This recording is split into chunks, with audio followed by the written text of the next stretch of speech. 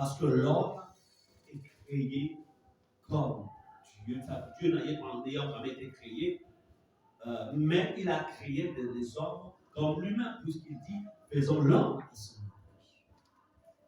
Voilà pourquoi tu as besoin, pour ne pas rater le but pour lequel tu séjournes sur la terre, il te faut la connaissance. Nous ne séjournons pas sur la terre d'abord pour avoir des enfants. Quoique il est important d'avoir des enfants. Nous ne séjournons pas sur la terre dans le but d'avoir une femme ou un mari. Quoi qu'il fût important d'être marié quand Dieu nous fait la grâce. Amen. Nous ne sommes pas venus sur la terre pour avoir d'abord des grandes fonctions dans ce monde. Quoique cela est important, si Dieu te fait la grâce. Parce que si le mariage était l'un des buts de Dieu pour nous sur la terre, en vérité, on mourrait ensemble. Est-ce qu'on est d'accord? Il n'y aurait pas de veuve, il n'y aurait pas de veuf.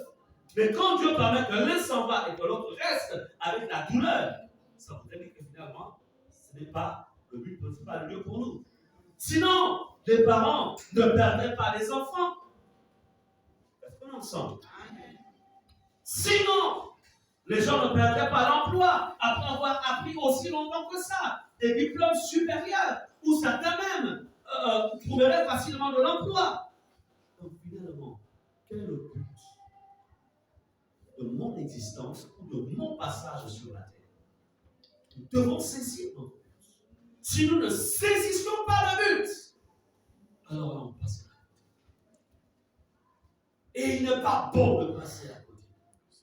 Parce que je peux vous dire une chose. Si Dieu vous ouvre les oreilles pour entendre les cris de ceux qui gémissent sous la terre,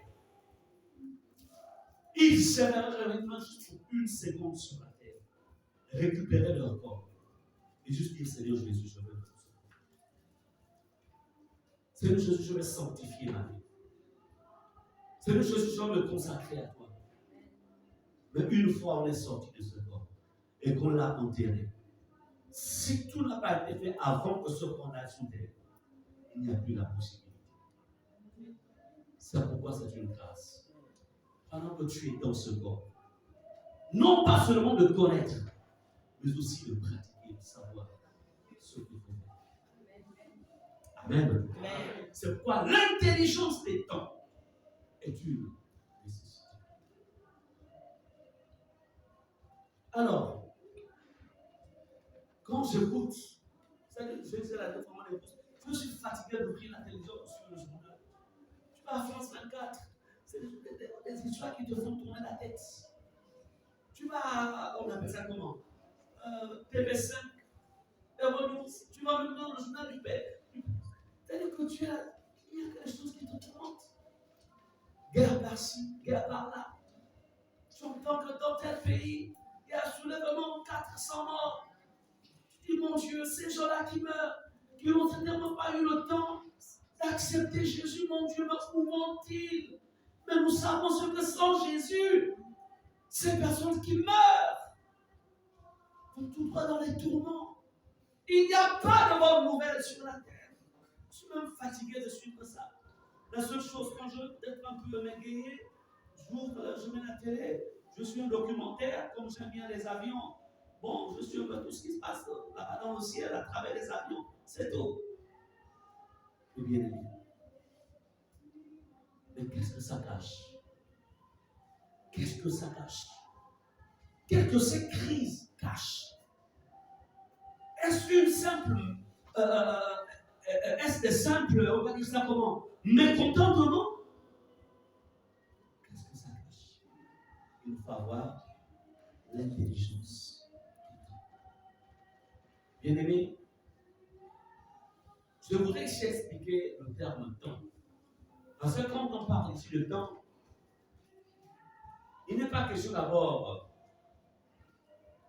de l'heure, des minutes, du jour, de la semaine, des mois ou des années. Non. Quand bien même, le temps dans son explication, quand on essaye de rentrer dans les détails, ces éléments-là, jour, mois, année, ça fait partie du temps. Mais dans ce livre de Daniel, le mot temps, en fait, en araméen, ça se dit idag, qui est déterminé en fait, ou qui désigne, en fait, qui est une désignation apocalyptique d'une année. Une désignation apocalyptique. Ici, le temps, c'est une période qui est indiquée. C'est une durée. Il est question ici d'une durée. Des événements appelés à se produire d'une période A à une période Z. Amen. Donc, généralement, quand on lit le livre d'Apocalypse, on peut retrouver par exemple les termes Armageddon.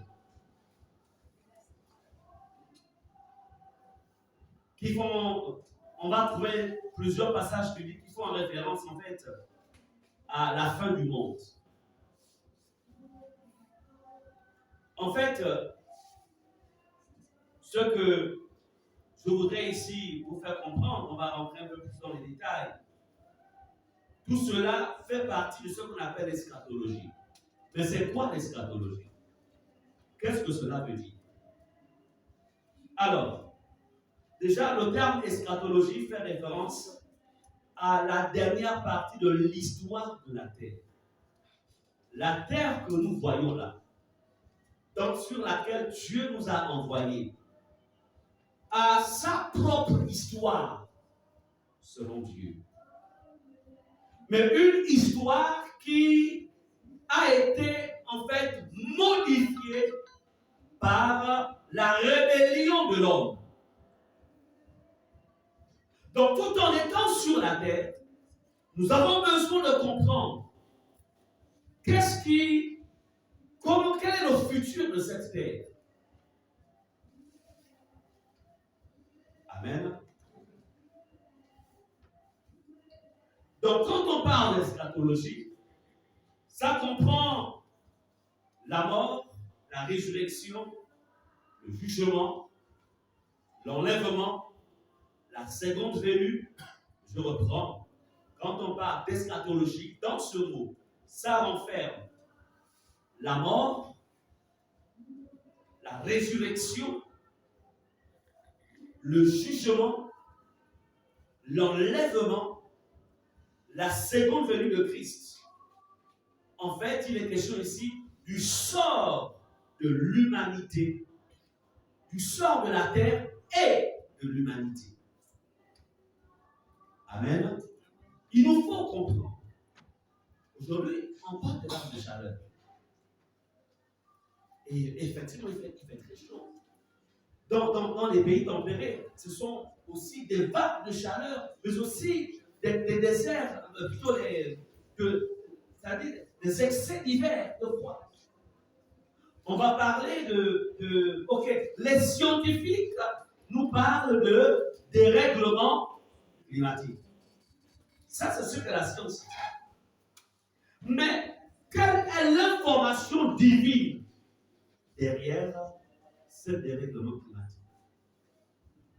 Dieu avait dit, lorsque le déluge, en fait, extermina cette première génération, et que l'arc-en-ciel, alors que Noé était en train Dieu était en train de nouer une nouvelle alliance avec la terre, avec Noé comme moi, Dieu avait dit que plus jamais le monde ne sera englouti par les eaux. Est-ce que nous sommes d'accord? Mais cependant, nous pouvons voir, selon les prédictions scientifiques, en fait, la plupart des villes qui sont qui longent les côtes, beaucoup de prévisions disent que ces villes seront englouties à cause du niveau élevé de la mer, qui va en fait s'accroître. Amen. Ça traduit quoi? Lorsque le commun des mortels écoute ça, ça fait peut-être peur. Mais quelle doit être la lecture de l'Église suite à cette élection? Quelle doit être la compréhension, notre compréhension à nous, en tant que enfants de Dieu? Donc, bien aimé, l'eschatologie est aussi l'étude de ce que Jésus-Christ fera pour mettre fin au conflit cosmique du bien contre le mal. Oui, il y a un conflit entre le bien et le mal. Et je voudrais vous dire que dans les temps dans lesquels nous sommes maintenant là, tout ce que vous voyez dehors, il n'y a pas que des êtres humains qui marchent avec ce corps dans ce monde. Aujourd'hui, il y a un ensemble d'esprits qui ont envahi en fait la terre et qui ont pris des corps humains. On les appelle les démons de chair. Et généralement, ce sont eux qui font la promotion de la bestialité, juste pour vulgariser le péché au niveau des humains. Quand vous entendez, par exemple, vous ouvrez dans les réseaux sociaux, etc., vous entendez que vous allez voir une femme, une jeune fille qui dira par exemple, vraiment, je veux vivre avec mon père parce que... Et puis vous penserez que c'est un être humain. Ce n'est pas un être humain. Parce que l'être humain a un minimum de conscience. Où il sait que là, il ne peut pas traverser. Mais lorsque quelqu'un librement et se pavane, passons à l'expression, dans les réseaux sociaux, et c'est pour elle une fierté de dire, en fait, je sors avec mon père. Ce n'est pas un être humain. Ou un père, en fait, qui dira qu'il est devenu amoureux de sa fille ou de sa mère. Ça, là, c'est un démon. Et si vous n'avez pas la connaissance, vous penserez que c'est un être humain et qu'on peut traverser la frontière. Dieu a mis en l'homme, en fait, il a mis en l'homme des limites même dans le péché qu'il va traverser. Sauf si maintenant il devient vraiment l'habitation de Sodome et de Gomorrhe. Est-ce que nous sommes? Donc, nous les enfants de Dieu, nous devons avoir du discernement et de la connaissance pour ne pas nous laisser en fait atteindre par cela. Vous pensez que la promotion de l'occultisme dans le monde, vous pensez que c'est vain? Non. Eux, ils savent ce qu'ils font. Et l'Église aussi doit savoir ce qu'ils font. Mais si tu ne sais pas, tu vas te laisser avoir.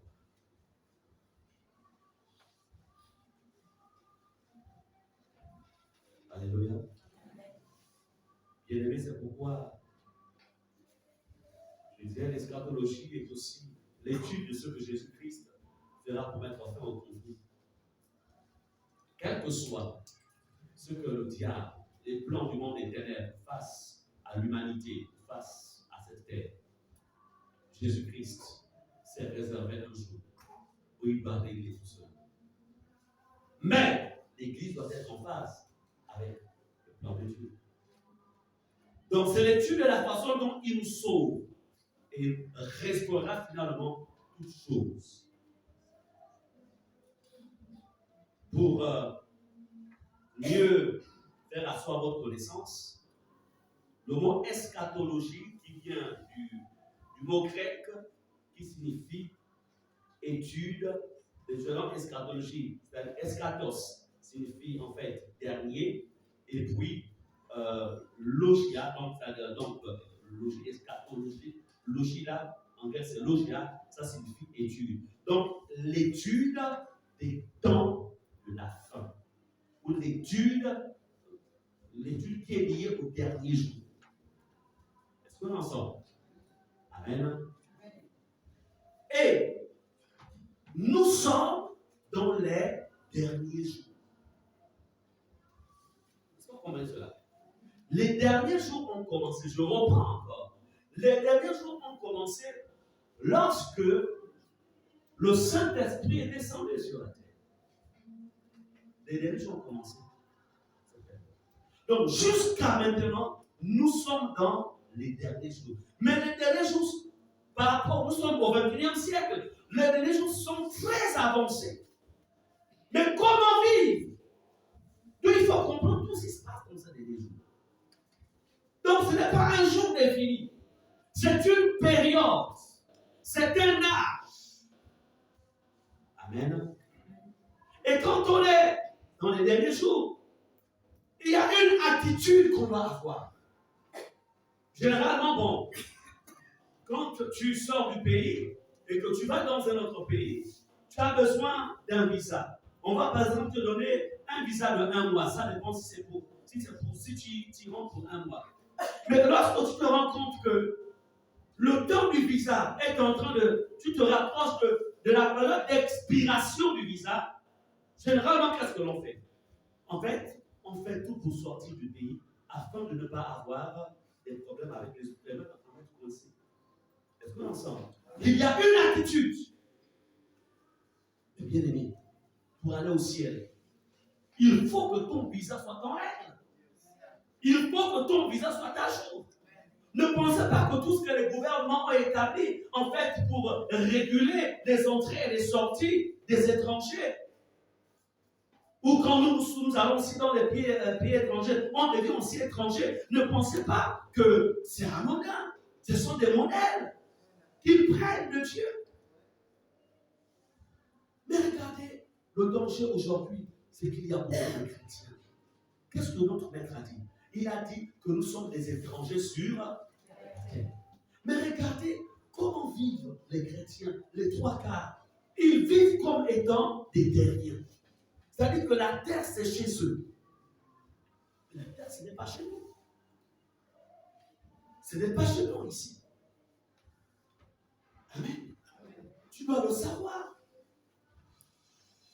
Regardez comment fonctionnent nos frères au stade. Il sait qu'il est au Gabon. Il a un travail. Il a un business.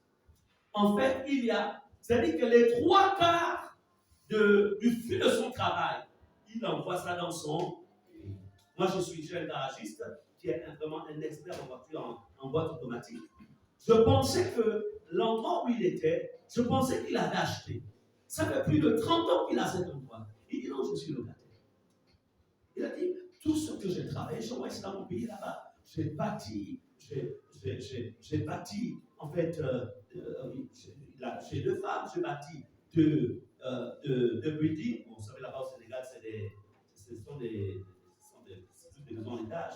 Donc, il en a bâti 2, il a acheté des terrains pour ses enfants. Je lui ai dit, tu n'arrives pas ici au Gabon? Non, c'est pas chez moi ici. Amen. L'intelligence. Il sait que ce n'est pas chez lui. Donc, il vit avec le non. Il ne vit pas dans la pauvreté, mais il vit avec l'essentiel. Parce qu'il sait que ce n'est pas chez lui. Chrétien, comment vis-tu? Si tu n'as pas l'intelligence des temps, tu vivras comme si tu étais le seul. Alors qu'en vérité, tu n'es pas le seul. Est-ce qu'on est ensemble? Bien-aimé,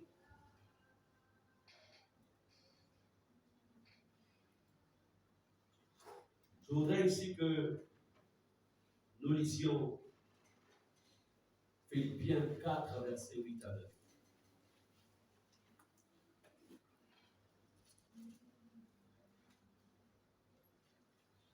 On nous dit, au reste, frère, que tout ce qui est vrai, tout ce qui est honorable, tout ce qui est juste, tout ce qui est pur, tout ce qui est aimable, tout ce qui mérite l'approbation et qui est vertueux, dit de louange soit l'objet de vos pensées.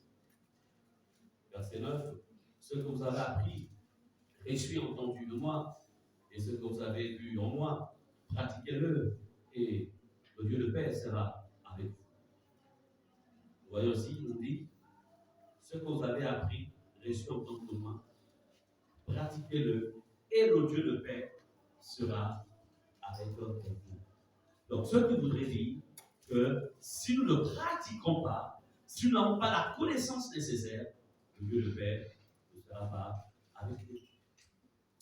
Donc, ce que nous pouvons retenir dans cette première partie, donc, dans ce que je vous ai déjà partagé, c'est que Dieu ne veut pas que nous craignions les temps de la fin. Dieu ne veut pas susciter en nous de la peur. La vérité, c'est-à-dire que de manière inexorable, nous avançons au fur et à mesure. C'est-à-dire qu'une fois que tu as démarré ta voiture, tu dis, je parle de Libreville pour Lambaréné, tu es sur le chemin. La vérité, c'est que tu arriveras à Lambaréné. Que tu roules à 25 à l'heure, que tu roules à 50 ou à 100 à l'heure, la vérité, c'est que tu finiras par arriver. Est-ce que nous ensemble? Donc, comprenez que nous sommes dans un voyage. La terre est dans un voyage. Nous-mêmes, nous sommes dans un voyage. Donc, nous finirons toujours par y arriver. C'est-à-dire qu'on va vivre davantage les effets liés au temps de la fin. Mais l'Église doit être préparée. Tous ensemble. L'Église doit être préparée. Si tu n'es pas préparé, tu auras du mal à pouvoir supporter la pression des temps de la fin. Tu auras du mal. Lorsque tu as passé plusieurs années d'études et que tu vas postuler et on te demande que pour que ton dossier soit agréé, tu dois remplir telle autre condition qui n'ont rien à voir avec ta formation. Il faut être assis, il faut être préparé pour dire merci, mais je ne suis pas prêt à faire des compromis du Saint-Esprit. Est-ce qu'on en sait? Lorsque tu gères un budget et on te dit, bon, écoute, ce budget c'est bien, nous sommes heureux pour ton intégrité, mais écoute, dans ce budget, tu dois retirer tel pourcentage qui doit aller là-bas. Et tu sais que c'est toi qui as la signature. Mais tu sais aussi que si tu ne cèdes pas, tu pourrais perdre ton boulot. Mais toute la conscience te dit, tu ne dois pas détourner. Amen. N'est-ce pas là une pression? Mais quand on est assis quand on est dans cette notion, quand on a cette connaissance, on ne sait pas. Je voudrais ici vous dire que si les événements et les détails de la Bible peuvent devenir intenses, il est important de se rappeler que Dieu, il est celui qui combat le mal. Il combattra le mal, il va combattre l'égoïsme, il va combattre la haine, il va combattre la cupidité. Oui, il combattra. Mais il faudrait que nous ayons la connaissance nécessaire pour ne pas tomber dans le piège de l'ennemi. La légèreté qu'on peut rencontrer aujourd'hui en milieu chrétien est liée à quoi? Lisons Psaume 46, verset 1. Si nous ne faisons pas de Jésus un refuge, la Bible dans le Psaume 46, verset 1, il est écrit, Dieu est pour nous un refuge, un appui, un secours qui ne manque jamais dans la détresse. Psaume 46, verset 1. Dieu est pour nous un refuge et un appui, un secours qui ne manque jamais dans la détresse. Psaume 46, verset 1. Donc, comprenez que les temps de la fin, qu'on appelle l'eschatologie, se terminent avec ce que Dieu a fait. Et donc, il a fait pour nous tous, et par son Fils Jésus-Christ. Je voudrais ici vous dire que la vie éternelle est un temps. Mais le plan de l'ennemi consistera à nous voler, à nous arracher, à nous sortir de la vie éternelle. On peut être assis ici, écoutant la parole. Mais si nous ne souscrivons plus aux conditions qui consistent à conserver la vie éternelle. Tu peux être assis, louer, chanter, mais tu n'as plus la vie éternelle. La vie éternelle, certains peuvent perdre la vie éternelle. Sinon, Moïse n'aurait pas dit, en fait, efface mon nom, que livre. Est-ce qu'on est d'accord? Si un nom peut être inscrit, ça veut dire qu'il peut aussi être retiré. Oui, effacé. Donc, ce n'est pas un acquis. La vie éternelle n'est pas un acquis. C'est un don, mais ça peut. Lorsque le Saint-Esprit se retire, ou lorsqu'il est attristé et qu'il se retire. Le problème avec la vie chrétienne, c'est que, vous savez, notre âme a la capacité d'enregistrer, en fait, tous les limites spirituelles. Parler en langue, chanter les cantiques, lire la Bible, prophétiser, tout. Mais entre-temps, on n'est plus dans la vie éternelle. Lisez l'histoire de Jérémie, où en fait, quand vous lisez cette précédente, je pense que c'est dans Isaïe, où le prophète Jérémie reçoit en fait la prophétie de Dieu concernant les 70 ans qu'Israël devait passer en captivité. Et il y a un autre prophète, le corrompu, qui vient en fait dire le contraire de ce que Dieu avait dit à Jérémie. Et il prophétise aussi. Mais la vérité, c'est que le véritable prophète, donc Jérémie, Dieu va soutenir ses paroles, et les temps qui vont suivre ce prophète va mourir. Parce qu'il faisait obstacle à ce que Dieu disait au peuple. Mais ce qui est partant là-dedans, c'est qu'il prophétise, c'est-à-dire qu'il sort des paroles disant ainsi parle l'Éternel. Mais est-ce Dieu qui parlait? Non. C'était tout simplement un esprit de l'erreur. L'esprit de l'erreur l'avait possédé. C'est pour dire que, bien aimé, il est plus que dangereux pour nous si on n'a pas la connaissance qu'il faut. Il y a une chose, je peux faire une chose. Je peux faire tout perdre dans ce monde. Je refuse de perdre aussi. Je peux faire tout perdre. Mais jamais je ne voudrais perdre aussi. Je veux être enlevé au son de la tempête. Je ne veux pas rester ici.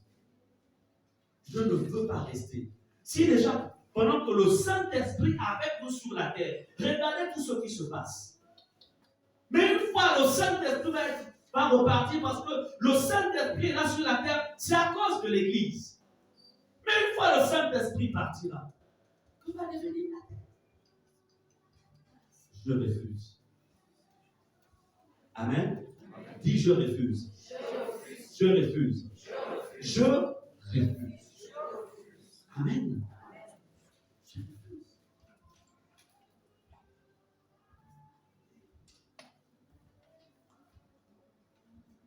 Bien-aimé, Dieu a envoyé Jésus pour nous sauver de la mort éternelle et de devoir vivre dans un monde pécheur pour toujours. La grande finale de ce plan est le règne de Jésus après sa seconde venue. En fait, je vais vous parler de ce qui va se passer entre la seconde venue et maintenant. Parce que, ça je vais le développer un peu plus loin. Vous devez comprendre que dans ce qu'on appelle eschatologie, temps de la fin, il y a des périodes qui sont en train de se rapprocher. Beaucoup de personnes sont informées de la seconde venue, mais il y en a peu qui sont informés de ce qui va se passer entre maintenant et la seconde venue. C'est ce qu'on appelle l'enlèvement. Amen. Donc, je vais relire ce que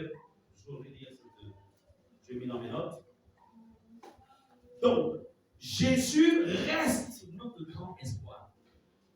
Regardez ce qui se passe en Europe avec cette guerre. Regardez ce qui se passe encore ici en Afrique. C'est qui est en train de se manifester du côté du Soudan. C'est-à-dire, à un moment, tu te dis, qu'est-ce qui se passe? Sans oublier les cataclysmes naturels, des feux par-ci, etc. Des forêts entières sont ravagées. Des eaux qui engloutissent des pays. La sécheresse par-ci. Et sans oublier, en fait, d'autres maux qui minent les pays. À un moment, tu te dis, mais Seigneur, que se passe-t-il?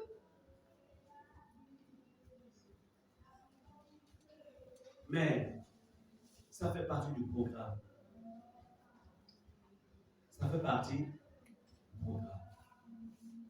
Pour interpeller l'homme et dire à l'homme, parce que tu as tourné le dos au Sauveur, tu as tourné le dos à Jésus, alors le mal, les esprits méchants en profitent pour étendre le mal. Après la Deuxième Guerre mondiale, les nations ont cru qu'en établissant les Nations Unies, puisqu'avant c'était la Société des Nations, ils se sont dit, en fait, en établissant les Nations Unies et en se regroupant autour d'un ensemble, je dirais, de pacte ou d'alliance, cela nous permettrait de ne plus jamais connaître les guerres. Mais malheureusement, qu'est-ce que ça donne? Ça n'a rien donné.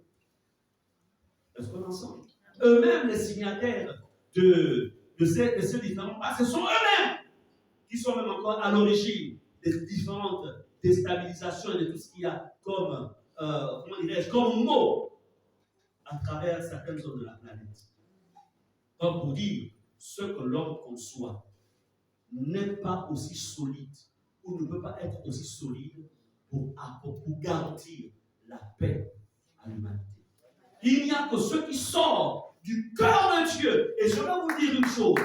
De plus en plus, on va avancer. Les Nations Unies perdront de leur influence. Plus on s'avance dans le temps, cela avait été prophétisé. Plus on s'avance dans le temps, plus les Nations Unies vont perdre en influence. Leur voix, en fait, ne créeront plus de la crainte aux nations.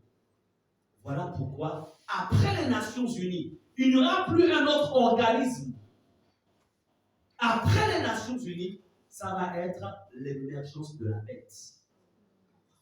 Ce faux prophète qui, en fait, proposera, en fait, une forme de paix.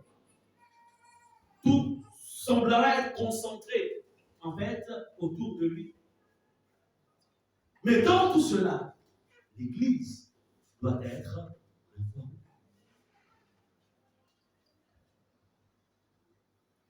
Bien-aimés, même ce qui se passe du côté des... Même ça étonne peut-être plusieurs. Même les États-Unis vont perdre leur position. Cela a été prophétisé. Ils vont perdre leur position mondiale. Vous comprenez cela? Et l'Église doit savoir. C'est-à-dire qu'il va y avoir un bouleversement des empires. Un empire va tomber et un autre va émerger pour céder la place au gouvernement mondial. Et donc tout cela, si vous n'avez pas d'information, en fait, vous n'aurez que le premier niveau de lecture. Église, des événements compliqués arrivent.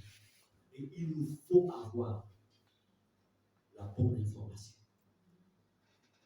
pour ne pas sombrer, pour ne pas vivre comme les gens de ce monde, sans comprendre ce qui se passe. Est-ce qu'on est ensemble? Est-ce que vous comprenez quelque chose? Bien-aimés, j'ai mis ceci dans mes notes.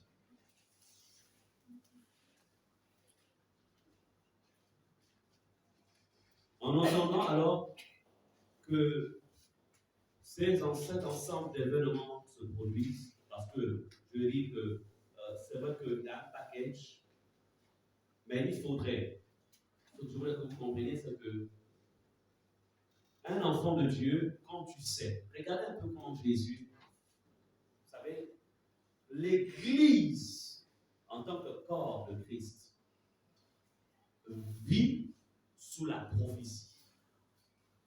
L'Église est une entité spirituelle qui fonctionne sur la base des prophéties dites à son sujet. Quand Jésus dit, je bâtirai mon Église et les portes du séjour des morts ne prévaudront point contre elle. Écoutez, appartenir à une communauté ne veut pas dire que tu appartiens à l'Église de Jésus. Tu peux appartenir à Rema Ephata, tu peux appartenir à une congrégation de plus de 5000 personnes. Tu peux appartenir à une congrégation où il y a une manifestation, comme on dit, grandiose de la présence de Dieu. Mais ça ne veut pas dire que toi tu fais partie de l'Église de Jésus. Vous devez être sûr que vous appartenez à l'Église. Et l'une des références qui prouve que tu appartiens à l'Église de Jésus, c'est la nouvelle naissance. Ce n'est pas d'abord adhérer à une communauté. Crois que cela est important. Parce que c'est par la communauté que Dieu te bâtit, qui te construit. C'est aussi par la communauté que tu sers au Seigneur. Mais ne sers pas dans une communauté sans être né de nouveau. Est-ce qu'on ensemble? Nouvelle naissance. Deuxième signe que tu appartiens à l'Église de Jésus, c'est que tu as le sceau. Ce qui appartient, ce qui prouve que cette femme est la mienne. Il y a un sceau qui a été déposé sur elle. Et je porte aussi un sceau. C'est ce qu'on appelle l'alliance. Et sur ce sceau, il y a des marques à l'intérieur. Il peut y avoir plusieurs bagues, mais elle peut reconnaître que cette bague est celle de mon mari. Et je peux reconnaître que cette bague est celle de ma femme. Pourquoi? Parce qu'il y a des marques spéciales. Est-ce qu'on est ensemble? La preuve que tu appartiens à l'Église, tu dois avoir le sceau du Saint-Esprit. Est-ce que tu as le sceau? Parce que la Bible dit, nous avons été scellés pour le jour de la.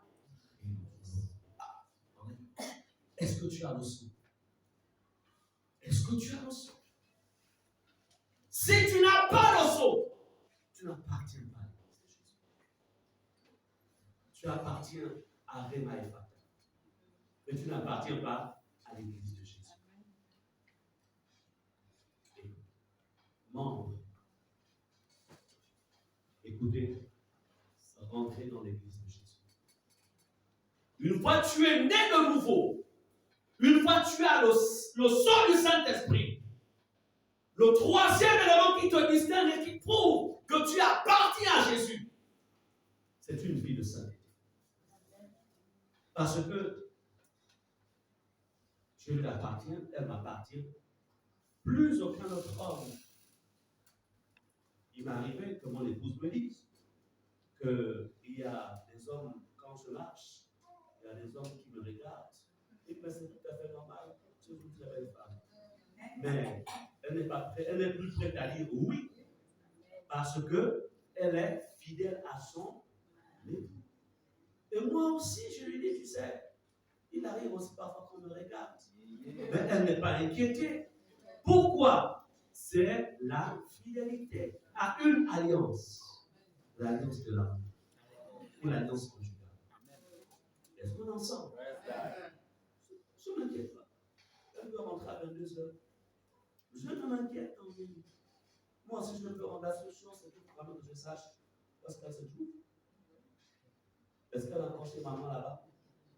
Ou bien elle a encore au salon? Elle aussi, elle appelle pour savoir. Mais aucune pensée ne peut traverser ma tête, oser penser que ma femme elle est quelque part dans un restaurant avec, ou bien elle aussi penser que mon mari est quelque part. C'est-à-dire que le terme jalousie n'existe pas au milieu de nous. Parce que la confiance, en fait, est le fondement de notre La fidélité est le. La fidélité, c'est aussi l'un des piliers de notre vie. Donc, lorsque tu appartiens à l'Église, la sainteté est un signe de fidélité. Il faut que tu appartiens à un seul Dieu. Amen. Donc, si tu pries et que tu pratiques encore le péché, tu n'es pas de l'Église. Tu es dans une communauté, mais tu n'es pas de l'Église. Parce que celui qui est né de Dieu ne pêche point. On ne peut pas falsifier les Écritures. On ne peut pas dire que là, on n'a pas besoin de faire de l'exégèse. C'est clair. Celui qui est né de Dieu ne pêche plus. Est-ce que c'est clair? C'est-à-dire que celui qui est né de Dieu possède l'ADN de Dieu. Et l'ADN de Dieu se manifeste par la sainteté. L'ADN de Dieu te donne le pouvoir sur le péché. L'ADN de Dieu te donne le pouvoir sur la tentation. L'ADN de Dieu te donne le pouvoir sur le compromis. L'ADN de Dieu te donne le pouvoir sur la désobéissance. L'ADN de Dieu fait de toi aussi un Dieu. Parce que il a dit à Moïse, je veux de toi un Dieu devant Pharaon. Mais si ce sont les œuvres de Pharaon qui te dirigent et que tu dises, la chair est faible, tu n'es pas né de Dieu. Tu n'es pas de l'Église de Jésus. Ça, je dois te dire. Parce que moi aussi, j'ai des péchés. Je fais ton nom.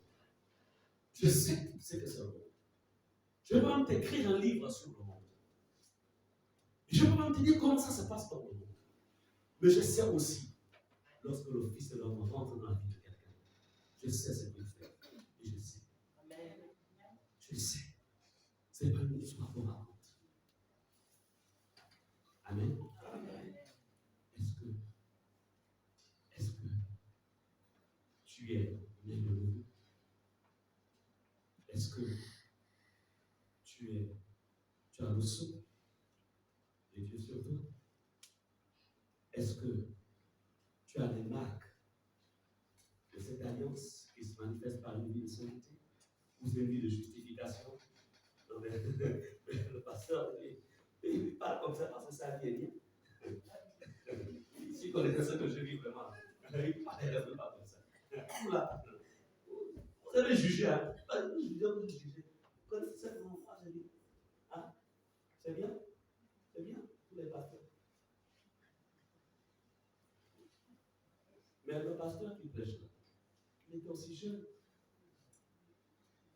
Vous voulez que je vous raconte mon témoignage? Quand même, les temps, c'est pas parfait la vie au pas. On a vécu, on a connu parfois la précarité. On a dormi dans des chambres où les rats étaient parfois nos amis. Ah oui, mais je vois quand le rat te regarde dans la nuit. Quand tu le regardes, tu comprends pas ce qui se passe. On a dormi dans des endroits où les eaux des toilettes s'avancent. Jusque dans la maison quand il pleut. On a connu ces choses-là. Vous comprenez cela? Ce n'est pas parce qu'en fait, aujourd'hui, Dieu a changé nos vies. C'est Dieu qui change les vies. Ce n'est pas le compromis qui change les vies. Amen. Mais Dieu n'a pas changé les gens des hommes. Il n'a pas changé les clin d'œil. J'ai eu des propositions, j'étais encore jeune. Je pouvais aussi virer l'autre côté. Il y a une seule chose. Quand j'ai rencontré Jésus, je n'ai dit plus jamais je ne ferai cette vie. Et d'ailleurs, le genre de vie que je menais, bref, je ne vais peut-être pas rentrer dans les détails ici. Mais écoutez, c'est compliqué. Amen. Amen. La pauvreté. J'ai marché. Famille nombreuse que nous sommes. À un moment, les parents avaient des moyens limités financièrement. Et il fallait marcher du pont d'Akébé jusqu'à Bézuia. Vous prenez les raccourcis. Même chose, aller-retour. À l'époque, c'était matin et soir. Les cours commençaient à 8h, ça finissait, je pense, à 12h, 13h. Ensuite, il fallait aller à la maison, revenir l'après-midi, finir à 17h. On a marché. Ce n'est pas pour autant qu'on a abandonné Jésus. Est-ce que vous comprenez cela? Vous ne comprenez pas la vie du pasteur avant qu'il ne rencontre Jésus dans sa vie. Et même après avoir rencontré Jésus. Parce que ce n'est pas le fait que ça a changé. Mais quand le Fils de l'homme rentre dans la vie de quelqu'un, les choses changent. Est-ce que vous comprenez cela?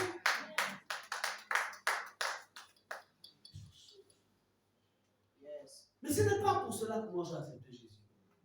Je n'ai pas d'abord accepté Jésus qui vient changer ma condition sociale. Ce n'est pas pour cela que j'ai accepté Jésus. J'ai accepté Jésus parce que j'avais réalisé que j'étais perdu. Et que la vie que je menais me conduirait tout droit en enfer si je n'accepte pas le Seigneur Jésus. Je n'étais pas venu changer ma condition sociale. Parce que si c'était le cas, je n'aurais jamais accepté d'être envoyé missionnaire à Angers. Je n'aurais jamais accepté. Parce que quand j'y vais, la souffrance continue. On appelle ça l'épreuve du ministère. Je n'étais pas soutenu financièrement par le ministère qui m'avait envoyé. Mais j'ai appris à faire la pêche, le goût à prendre on appelle ça comment? Je ne veux pas que vous compreniez parce que beaucoup parmi vous, vous justifiez votre légèreté dans la vie en se disant, est-ce que le pasteur sait ce que j'ai vécu? Mais vous savez ce que j'ai vécu? Je n'ai pas trahi Jésus. On prenait des bambous de Chine. Je prenais des bambous de Chine. Tu te lèves le matin, tu regardes, tu sais qu'est-ce que je vais manger aujourd'hui. Je prenais des bambous de Chine. Je les mettais dans le bouet. Avec, comment? Il y a un peu qu'on mettait à l'intérieur noix de palme. Tu mets ça à l'intérieur. Tu connais ça devant. Donc, tu mets ça à l'intérieur. Et ça attire les poissons. Moi, j'ai fait ça. Je ne peux pas appeler mes parents parce que je leur ai dit que Dieu m'a envoyé. Il m'a appelé. Il m'a appelé. Je suis aux parents qui ont le projet de te soutenir dans les études pour que tu ailles. Donc, tu leur dis, je ne fais plus des études parce que Dieu m'a dit qu'il m'a appelé. Bon, maintenant, quand tu dis que Dieu t'a appelé, tu vas encore leur dire, déjà qu'à l'époque, il n'y avait même pas de téléphone. Tu vas dire que venez-moi en aide parce que Dieu m'a appelé. Non. Mais j'ai assumé mon choix. J'ai assumé mes choix. Et mon choix, c'était quoi? Servir Jésus. Dans le bonheur comme dans la souffrance. J'ai assumé cela. La chaleur de Jolie. À Libreville, j'avais un ventilateur. Tu arrives, il n'y a rien. L'équateur passe pas. Tu sens comment tu grilles. Mais pour Jésus, tu dis, je suis bon. Vous comprenez cela? La souffrance. Mais j'ai connu la souffrance. Ne voyez pas ce qui se passe maintenant. Par quel chemin? Bien-aimé, avant d'atteindre un certain sommet. C'est pourquoi n'aimez pas les raccourcis. N'acceptez pas le chemin des raccourcis. Passez par l'école de Dieu. Passez par l'école. Je me souviens encore. La souffrance, on l'a connue. On était dans un endroit où les toilettes que nous avions, toilettes traditionnelles, tout était plein. Full. Tu dis, Seigneur, j'avais quel âge? Je vais avoir 18 ans, je pense, 19 ans.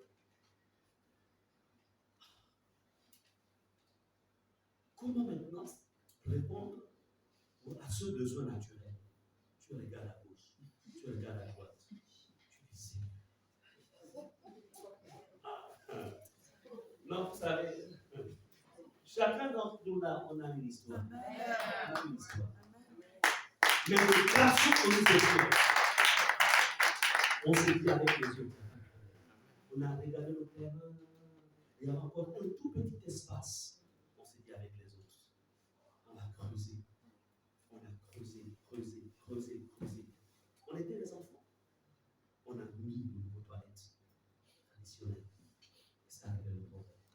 Vous savez que ça, c'est une vie facile. C'est une vie facile. Et laissons oublier, j'étais déjà en Christ. Jésus voyait ça, il savait que le toilette était. Il y avait deux choses. Pour faire ça dans les sacs, je ne peux pas faire ça. Alors, ça va. Tu vas balancer ça.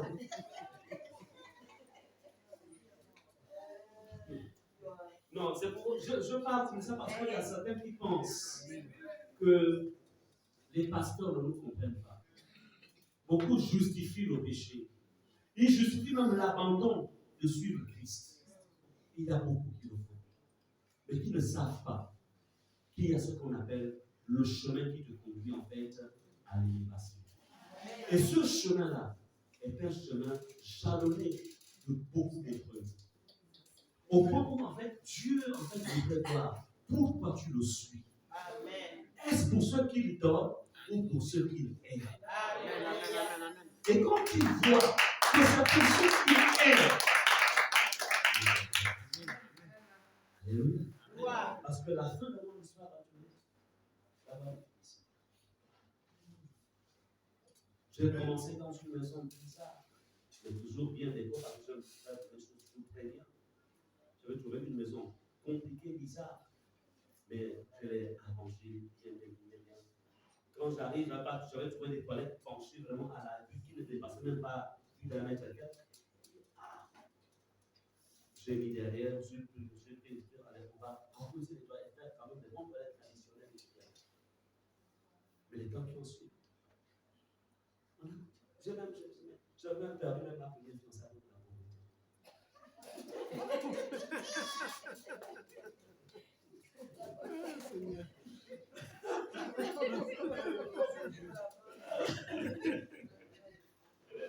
partie. Sa mère m'a dit qu'attends, nous c'est on va aller parler avec un pasteur. Puisqu'à l'époque, pasteur ne signifie pas avoir les livres et les enfants. Combien de nous ne sommes pas là pour ça avec la collaboration. Donc c'était pour dire que vraiment le degré, en fait, le chemin par lequel on est passé. Mais quand elle est rentrée dans ma vie, le Seigneur en fait avait tout préparé pour elle. Elle est arrivée, elle a trouvé une maison qu'elle est la cité Racine, avec elle avait tout le courant, le téléphone, tout.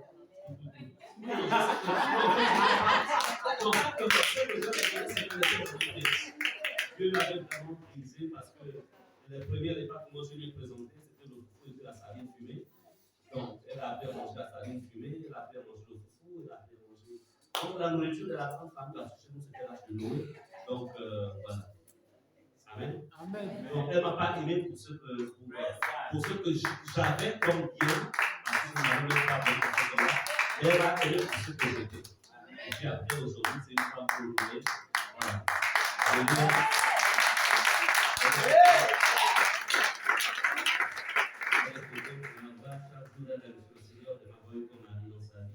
Parce qu'aucun autre homme ne l'aurait fait bien pour moi.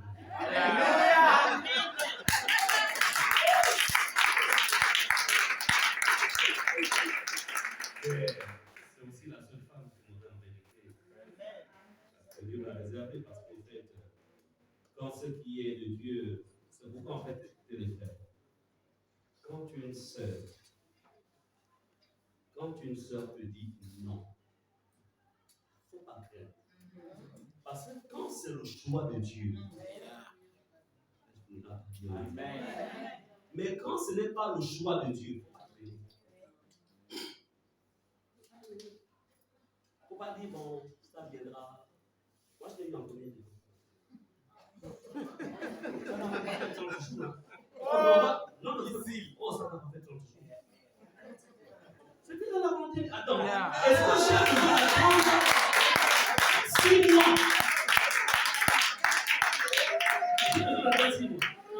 Ce que Dieu a décidé dans le ciel, on a besoin de 6 mois pour savoir que Dieu répond. Mais l'histoire là, observez. Moi, j'observe pas. J'écoute. Quand Dieu a parlé, je fonce. Et si je rencontre un obstacle, c'est que je me suis trompé. Et parce que je me suis trompé, il n'y a pas de problème. Je te laisse conduire ton chemin. Je vais aller chercher une chinoise. Mais en Christ, même chose aussi pour les sœurs. Voilà, il m'a demandé la main, et puis il m'a abandonné. Ça veut dire qu'en fait, c'était pas le vrai. Il t'aura abandonné dans le mariage. C'est même bien comme il s'est manifesté comme ça pendant que vous êtes engagé. Amen. Amen. Tu n'as pas. Oh mon Dieu, je suis dans le stress, je stresse maintenant, je pas. Pourquoi tu vas perdre le sommeil? Quand tu ne connais pas la valeur que tu es. Oh, tu ne connais pas la valeur. Mais tu es un prince. Et tu es une princesse. Nous sommes ensemble. Donc on ne donne pas une princesse à quelqu'un qui ne peut pas, en fait, entretenir la valeur que tu as. Même chose ici. Ne donne pas n'importe qui. Amen. Je savais ce que je vais aller. Il y avait des personnes qui ne demandent pas d'abord faire le test ici. Après que tu fais le test, si c'est négatif, on va essayer de réfléchir avec le Seigneur. Je savais ce que je vais aller. Je ne sais pas bloqué. Je sais comment j'avais géré ma vie, comment j'ai gardé ma vie, comment j'ai marché dans la crainte de Dieu. Je savais et je ne voulais pas que n'importe qui rentre dans ma vie qui me fait en fait, me donner des insomnies. Je ne suis pas rentré dans pour. Non. J'ai fait des sélections. J'ai sélectionné. Il y avait comme ça tout. Tout comme ça. Hein? Non, je ne sais pas l'organisation. Je suis en train de vous faire comprendre que quand vous savez la valeur que vous êtes, vous n'offrez pas votre avenir à n'importe qui. Vous n'offrez pas votre avenir parce que c'est un avenir à vie. Tu quittes le boulot, quand tu rentres à la maison, c'est le repos. C'est pas que là-bas tu as des dossiers à traiter. À la maison, encore des dossiers à traiter. Et tu dis, il ne faut pas suivre la gentillesse. La gentillesse, il y a des frères gentils, mais qui ne sont pas bons. Il y a des sœurs gentilles, mais qui ne sont pas forcément bons. Je pense qu'on est déjà dans le mois de mai. On va encore avoir attention. Je vous recevrai pour vous. Parce que tout ça, il est mieux de finir ta vie sur terre célibataire et de rentrer au ciel que d'être marié et de finir ta vie sur la terre et de rester à jamais sur la terre. Est-ce que vous comprenez cela? Le mariage, c'est le repos. Apprenez aussi à vous confier à nous. Apprenez à vous confier à nous. Amen. Vous avez aimé une sœur, il y a un frère qui vient vers vous, venez vers vous. Parce que nous, on ne voudra jamais du mal. Jamais. On ne cherchera que votre bonheur. Alléluia. Dès le début, quand tu sens que tu viens de pasteur, et tu vois pasteur venir, tu dis la même chose. Et puis ensuite, on examine que oui, telle soeur, c'est bien, là, le pouvoir. C'est bien, tel frère, c'est bon, c'est possible, c'est bien. Amen. Alors, il faut encore attendre, on va prier.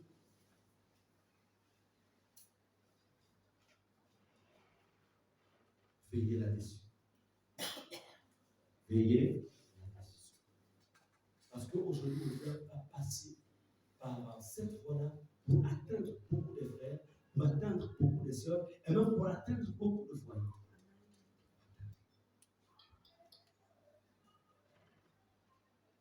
Bien-aimés, comprenons que, en attendant que Dieu nous amène au ciel, comprenez qu'il nous aide. Il prend soin de nous. Il donne donc un sentiment d'attente et d'espoir positif alors que nous attendons la délivrance parce que la terre est entrée dans un cycle de douleur. Depuis longtemps, elle y était déjà. Mais elle est dans un cycle de douleur et de souffrance. Ça ne fera que s'accroître. Bien-aimés, nous continuerons à vous enseigner. Ça n'a été que l'introduction parce que, comme je le disais, j'ai voulu aujourd'hui insister sur la définition de l'eschatologie. J'ai parlé de beaucoup de choses. Parce qu'on ne vit pas, parce qu'il faut tout simplement vivre. On vit, on doit savoir où on va.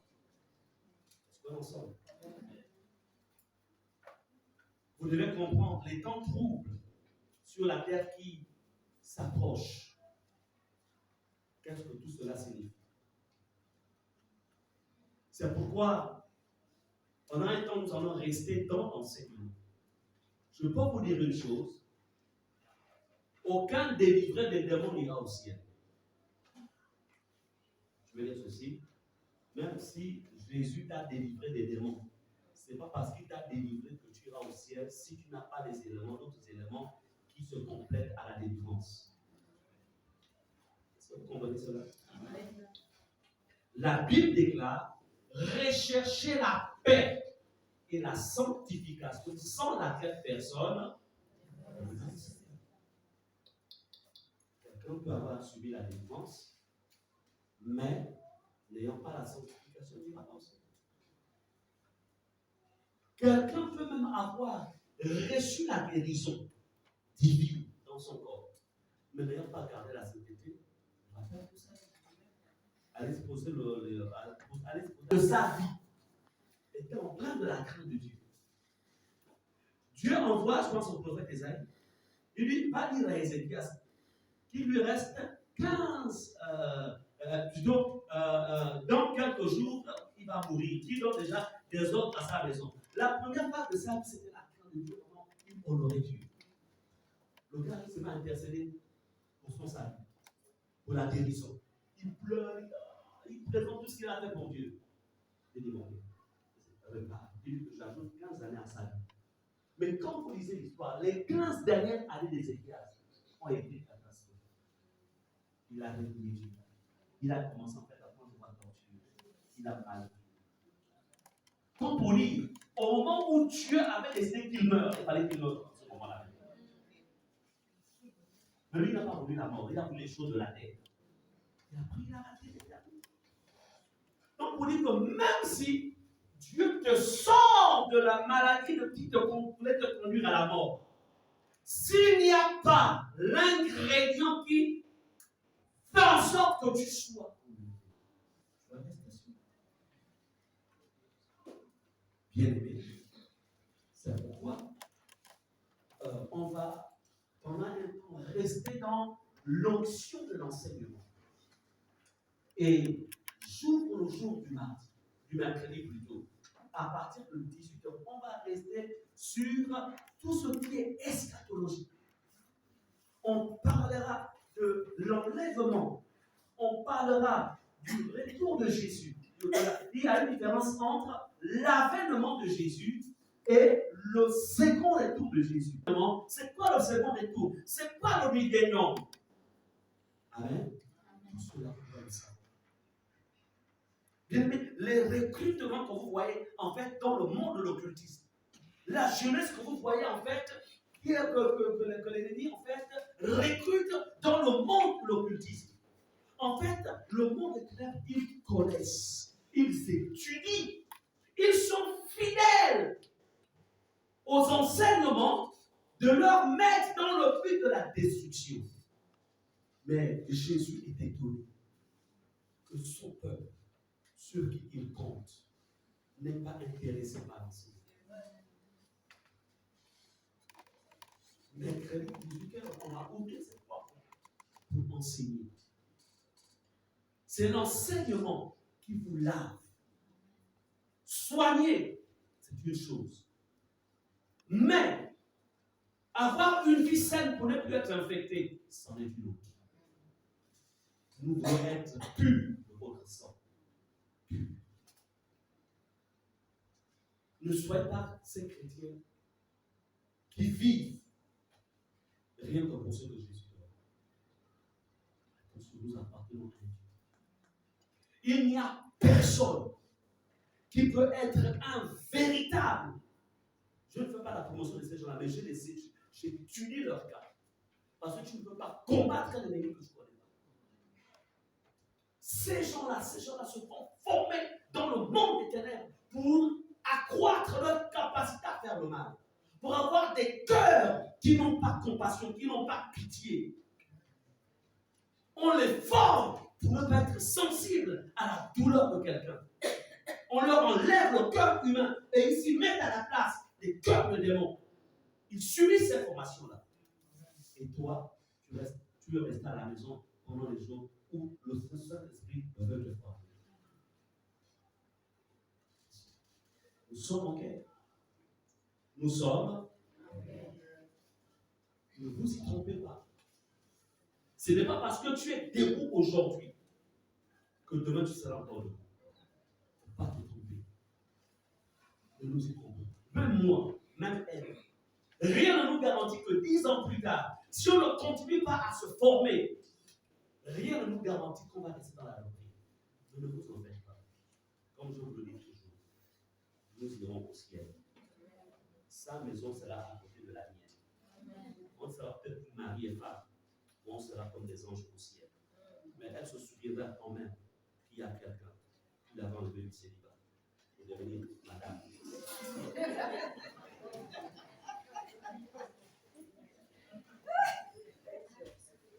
Vice versa. Alléluia. Est-ce qu'on peut se lever?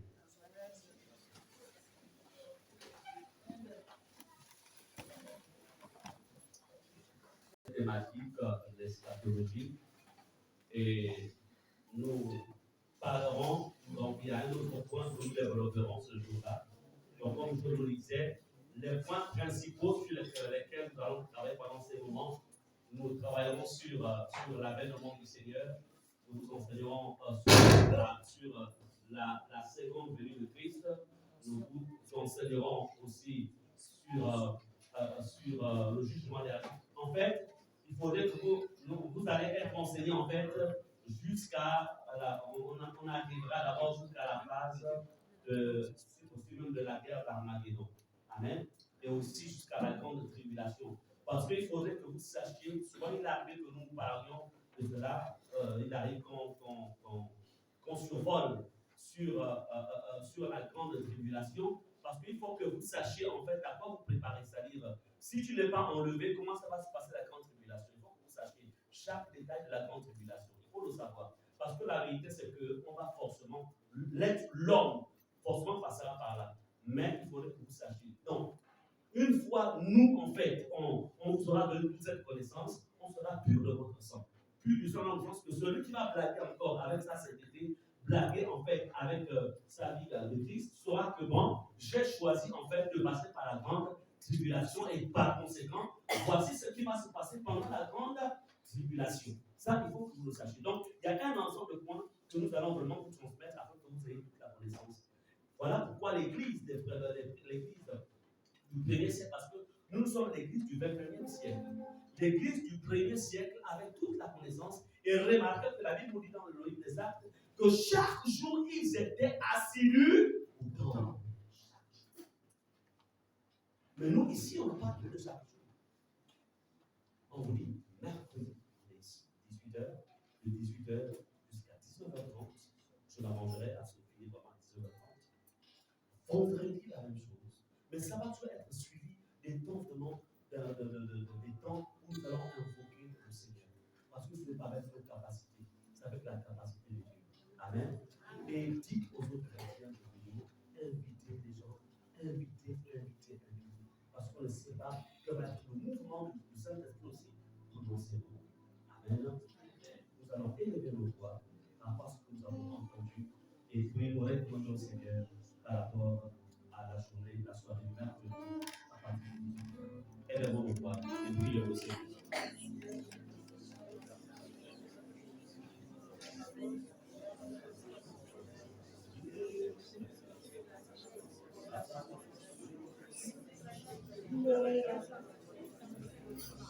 Merci.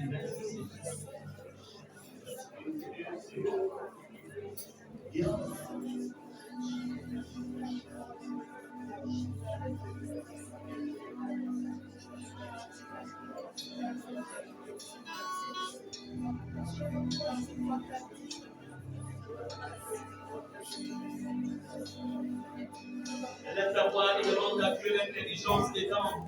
Dis Seigneur, j'ai besoin de l'intelligence des temps. J'ai besoin de l'intelligence des temps. Je refuse d'être aveugle. Je refuse de marcher pour le chemin de mon père. Mais je vais exactement savoir à où je vais. Je vais exactement savoir, Seigneur, le futur de cette terre. Je veux comprendre, Seigneur, chaque événement. Seigneur, je veux comprendre. Je veux saisir ce qui se passe dans ma famille, ce qui se passe dans mon pays, ce qui se passe dans la vie, ce qui se passe dans ta monde. Seigneur, je veux avoir une lecture spirituelle. Je refuse, Seigneur, cette lecture matérielle, cette lecture scientifique, cette lecture philosophique. Je refuse au nom puissant de Jésus. Tu peux prier, tu peux demander à Dieu. C'est lui qui donne l'intelligence des temps.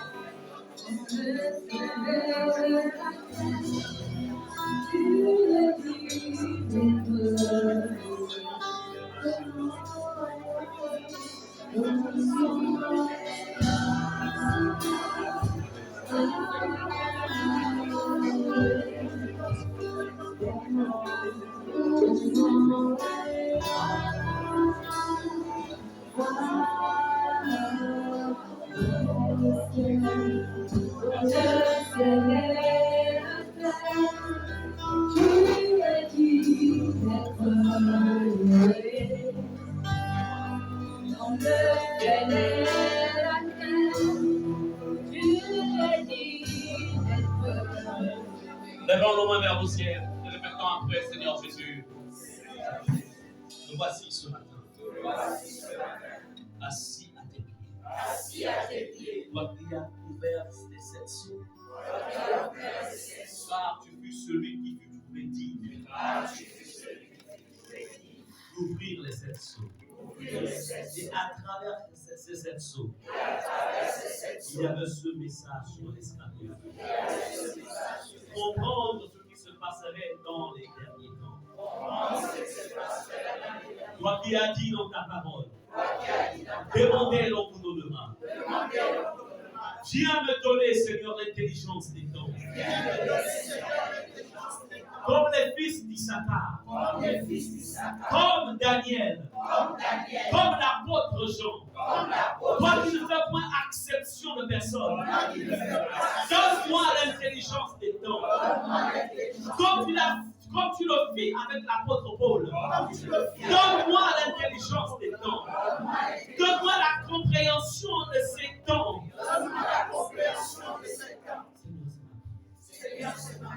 Je refuse de marcher comme un aveugle. Délivre-moi, Seigneur.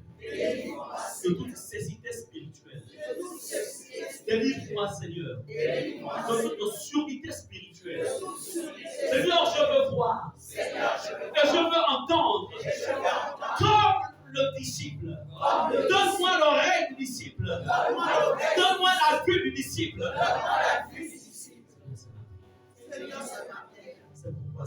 C'est pourquoi, Seigneur, que tout plan des ténèbres, que tout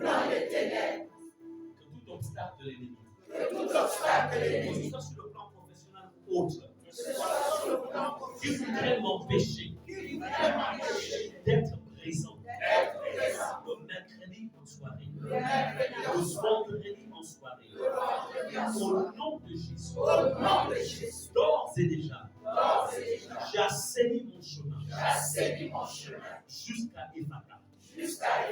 Au nom de Jésus, je déclare, toi qui as dit dans ta parole, que tu nous donnes lorsqu'on demande. Merci de me donner les moyens de me déplacer, de venir dans ta maison. Si je dois marcher, je marcherai. Seigneur, c'est ma prière. Et je sais une chose, que le Dieu me fait grâce.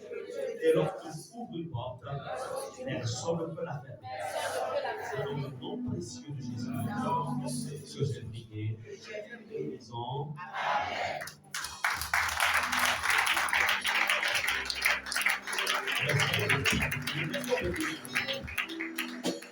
Amen.